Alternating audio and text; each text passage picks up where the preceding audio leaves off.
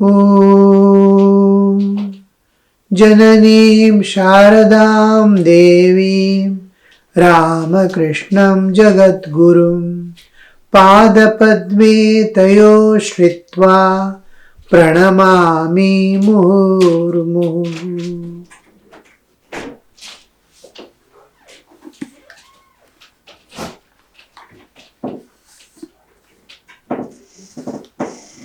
The birthday celebration of Sri Ramakrishna is going on. A fine atmosphere and the singing was going on. Sri Ramakrishna was in ecstatic state and he is full of compassion and love for the beings. He wants the universe, the whole world to join together. He wants one humanity where all differences dissolve in pure spirituality and divinity. He is expecting. He has passed through all religions, all paths to God from ancient times within the Hinduism and beyond the Hinduism. Within the scope of the land of India, the Holy Bharat, and beyond the limitations. So here we see Sri Ramakrishna's love flowing towards humanity, the entire humanity. Every jiva on the earth, he is experiencing the presence of innumerable jivas in this universe in different planes of existence. But the whole his attention and concentration is on the human existence, because here the man realizes God and transcends the nature and go beyond into the eternal life. So all other beings he wants again to exhaust their karmic load of good and bad and come back to human life and realize and reach. So these efforts are going on in the heart of Sri Ramakrishna on his birthday, and Master could not go to Ganga for taking bath though he was not well. And we see the water has been brought to veranda on the east of his room and he is taking the bath there. He finished his bath on the veranda of his room. Ganga, he had greatest honor, love for Ganga, because it removes the all stains of the jiva. Little karmic, this may be there. It destroys the vasanas which are going to take the jiva further into the world. So this, any sinner coming and sitting somewhere is to make the Ganga water sprinkle there. After bathing, the master put on new wearing cloth, all the while chanting the name of God. Accompanied by one or two disciples, he walked across the courtyard to the temple of Kali, still chanting her hallowed name. His eyes had an indrawn look like that of a bird hatching her eggs. On entering the temple, he prostrated himself before the image and worshipped the Divine Mother. But he did not observe any ritual of worship. Now he would offer flowers and sandal paste at her feet of the image, and now he would put them on his own head. After finishing the worship in his own way, he asked Bhumnath to carry the green coconut that had been offered to Divine Mother. He also visited the images of Radha and Krishna in the Vishnu temple. After the bath, he is in communion with the Divine. He straightway goes to the temple. Now you see all the saints Tirthi Kurvanti Tirthani. The beginning of his teaching, how God manifests in and through an image where hundreds of people have kept their faith and looking at it with eagerness to bless them, to remove their sufferings, to release them from bondages. And this faith of the Jiva, how it makes God manifest even through matter.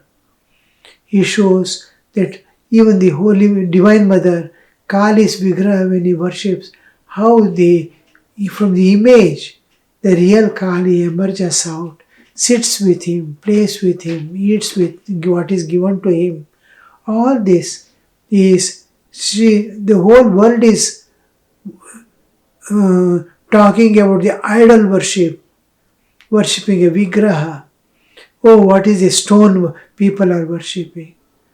But what a bhavana, feeling, how the divine manifests without pervasion of the pure consciousness, Shuddha Chaitanya, in and through all these objects of universe, they have no existence.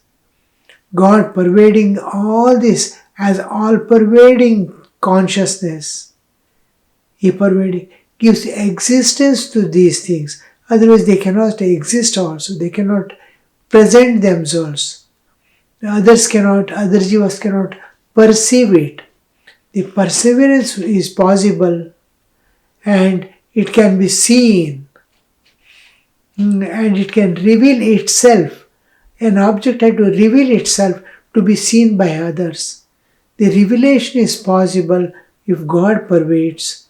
God means the all-pervading Chaitanya, Shuddha Chaitanya, pervades it. Just like if space is there, object is there.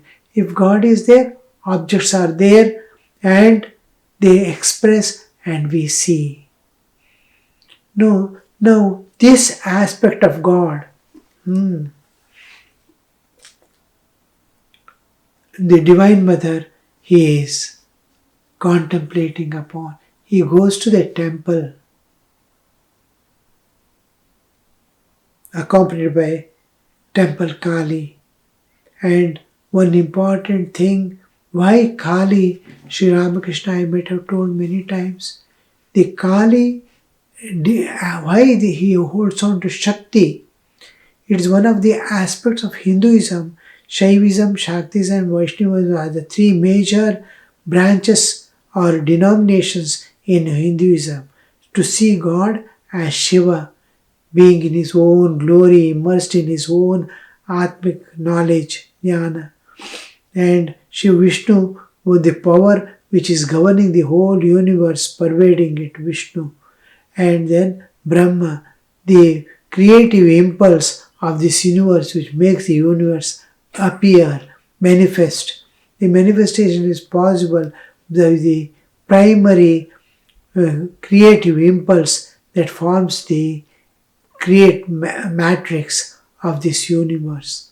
So these three aspects we see manifesting: the manifestation of the universe, the appearance of universe must be there. I am able to, this is possible by Shakti. When we see, understand, perceive or think of a Shakti power which manifests this universe, the Shakti is common factor of all things. It doesn't differentiate. The Vishnu, when it controls, governs or regulates the universe, Palana, and he is what Shakti he is using in managing the universe. The same Shakti is withdrawing the universe when it's at the state of Pralaya, the withdrawal. When the time of withdrawal comes, the same Shakti is, and here at this time of Srishti again, creation, beginning, the same Shakti is creating and manifesting as the universe. Now, same, whether you call it Vaishnavi Shakti or Shaivi Shakti, or it is Brahma Shakti. All these Shaktis are same Shakti. In Shakti there is no difference. In energy or the power there is no difference. The backing which is given, Chaitanya also there is no difference. One Chaitanya is manifesting associated with different aspects of the same Shakti. Now when we say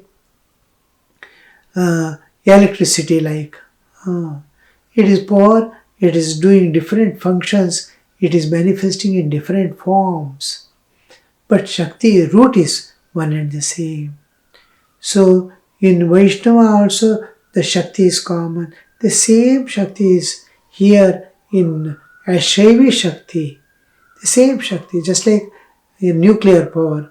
You can utilize that power, energy, power, Shakti can be utilized for constructive purposes, or the same Shakti can be used for the destructive purposes. Constructive purposes, when we use a power, we call it Brahma.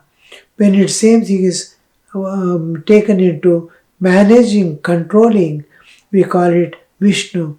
And when it's destruction, we call the same Shakti as. Now Shakti is common. It is how it is utilized at different times of creation, sustenance and destruction is the way in which the same Shakti is working. So Shakti is common for all deities, all power heads. The Shakti is common. And the difference is how it's being utilized. So if you worship Shakti, you have worshipped everything as if. So here he goes straight to the Kali temple, walked as a courtyard to the temple of Kali.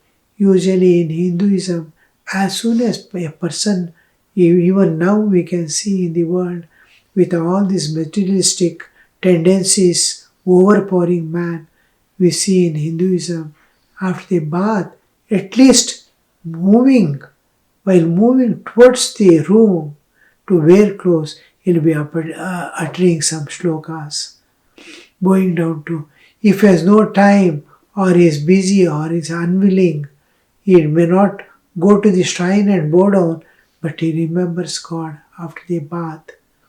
Most of them go to the shrine, their own house shrine or personal shrine, bow down.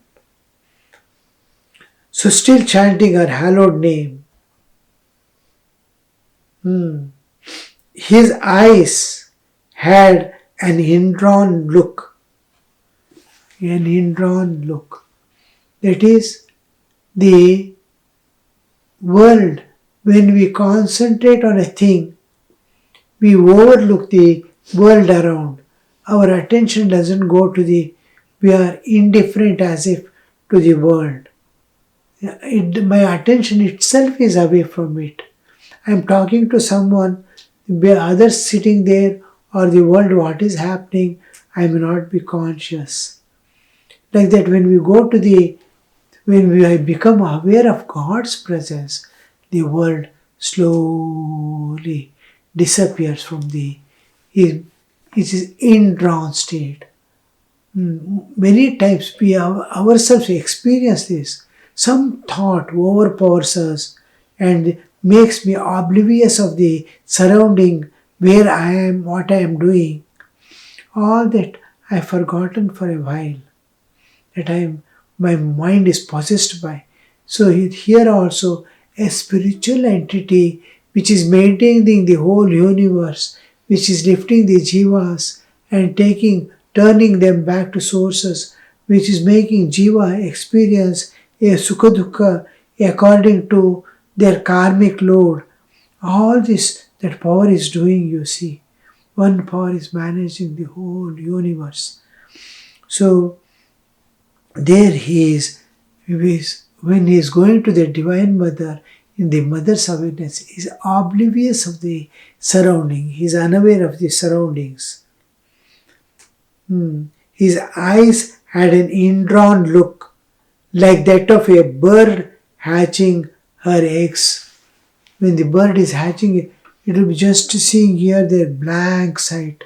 Its whole attention is on the egg on which she is sitting and warming it up.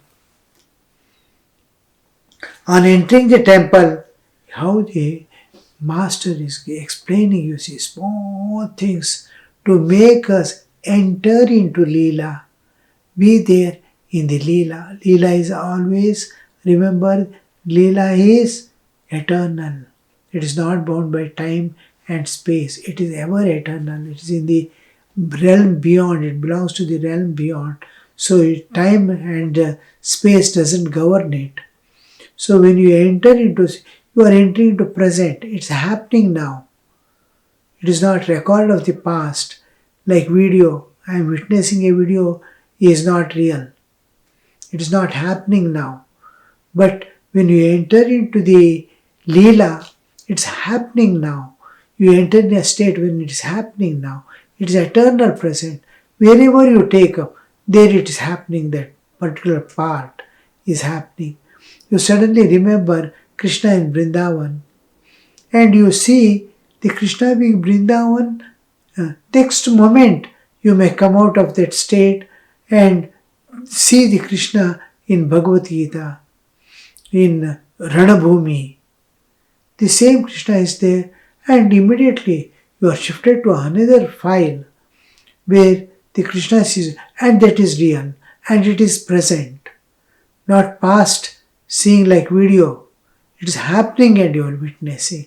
That is, we call it ever present, always present. It is the eternal present in which it exists.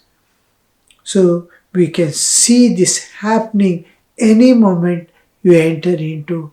It's very little difficult to enter into the Leela of God, but with a little practice we can make it easy to transcend this nature and enter into the realm of the spirit. On entering the temple, he prostrated himself before the image and worshipped the Divine Mother. Entering into temple, he prostrated. Oh, Sashtanga Pranama. This is a thing in which we offering respect is one type of pranam. I am respecting elders. Is my just I accept them. I accept their life. I want to continue the tradition, the flow I want to continue. I am in that tradition, Samskriti. I am a part of that Samskriti, acceptance of that Samskriti flowing down from ages. My grandfathers, great-grandfathers from ancient, I belong to a rishihood. That gotra is flowing down, that wisdom is flowing down, that knowledge is flowing down, that bhakti is flowing down. That flowing down, I want to continue and be in that tradition. Then out of respect, out of reverence, I bow down. When I bow down to a guru, my bowing down is entirely different.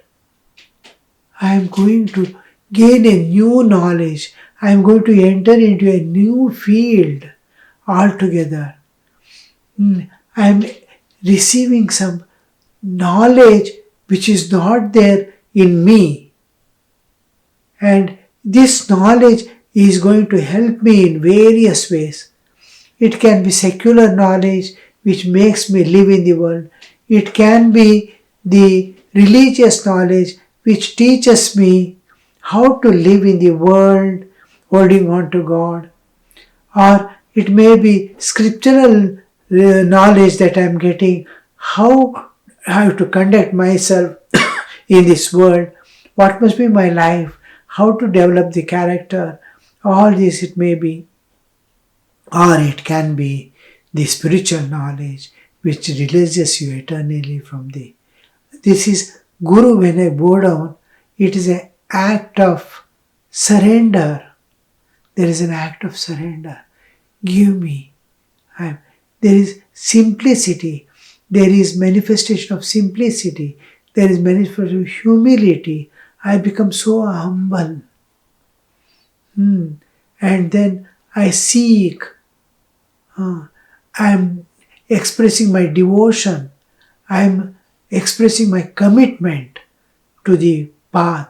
All this we see when we bow down to our Guru. There is still higher where I offer pranams to a person who is devoted to the welfare of people.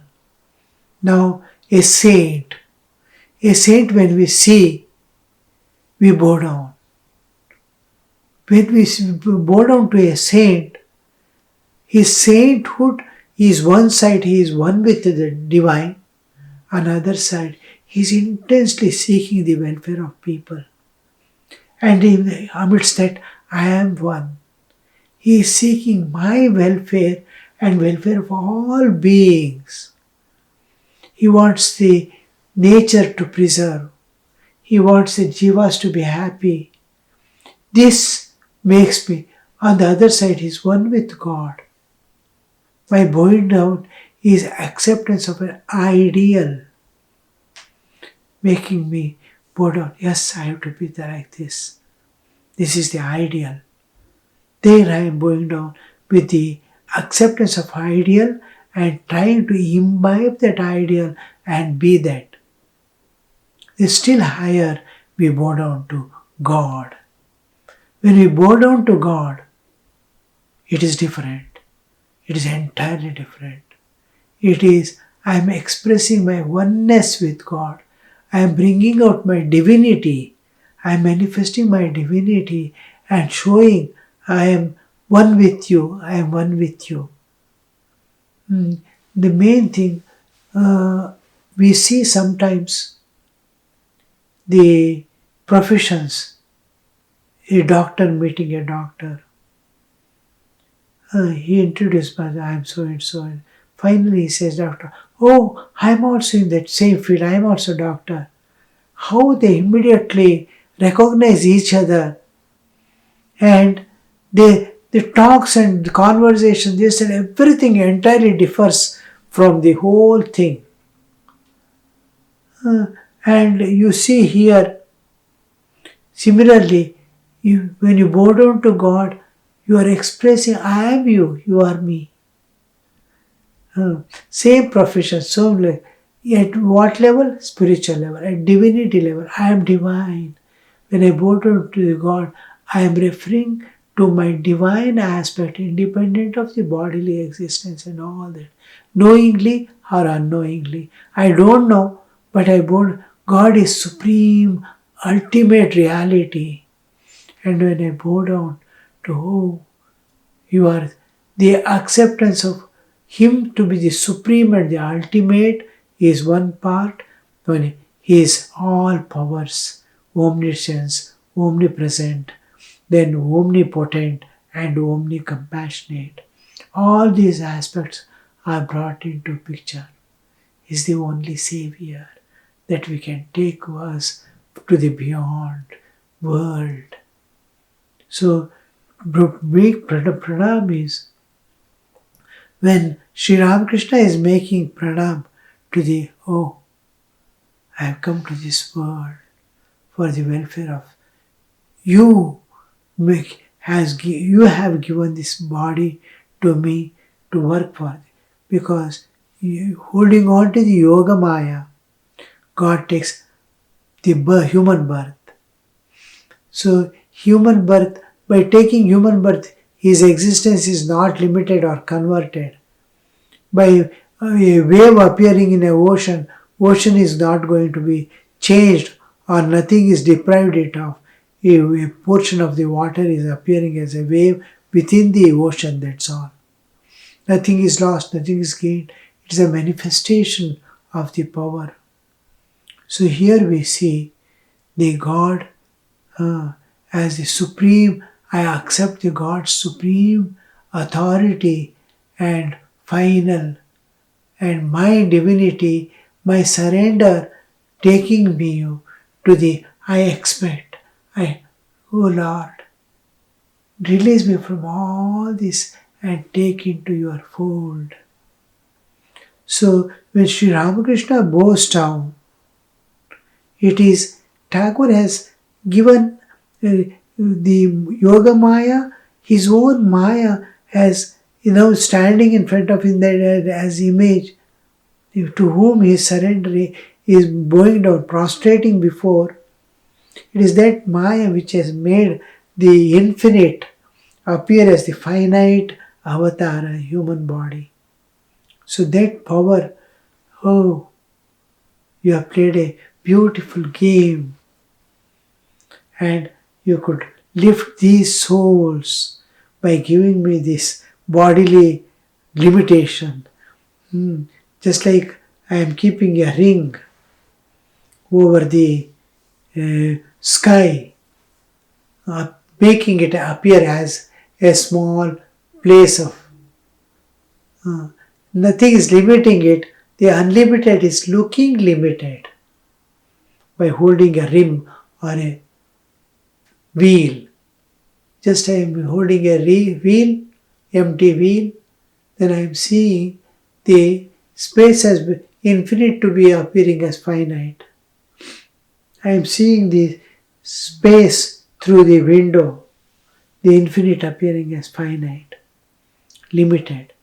So this limited, you have made me to appear as limited for lifting these jivas. I have the, oh, what a great thing, what a great play you have played. That, I am that, I am that. So this is Sri Ramakrishna's prostration, how we, the various ways with which we bow down.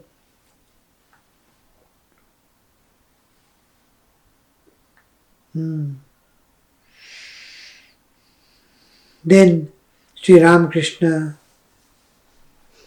but he did not observe the ritualistic worship because in the beginning of spiritual life, all rules and regulations, there is need to observe. As the love, pure love of divine, love for God awakens, all the rules and regulations drop away. The only intimacy, love alone will remain. He is showing that all the niyamas have fallen off, ritualistic worship. Now he offered flowers of sandal paste at the feet of the image, and now he would put them on his own head. The total identity with the Devata, it manifests. Now, after finishing the worship in this way, as in his own way, he asked Bhamnath to carry the green coconut that has been offered to the Divine Mother. He also visited the images of Radha and Krishna in the Vishnu temple. This was his birthday going on. Om Shanti Shanti Shanti Harihi Om Tat Sat Shri Ramakrishna Arpanamastu.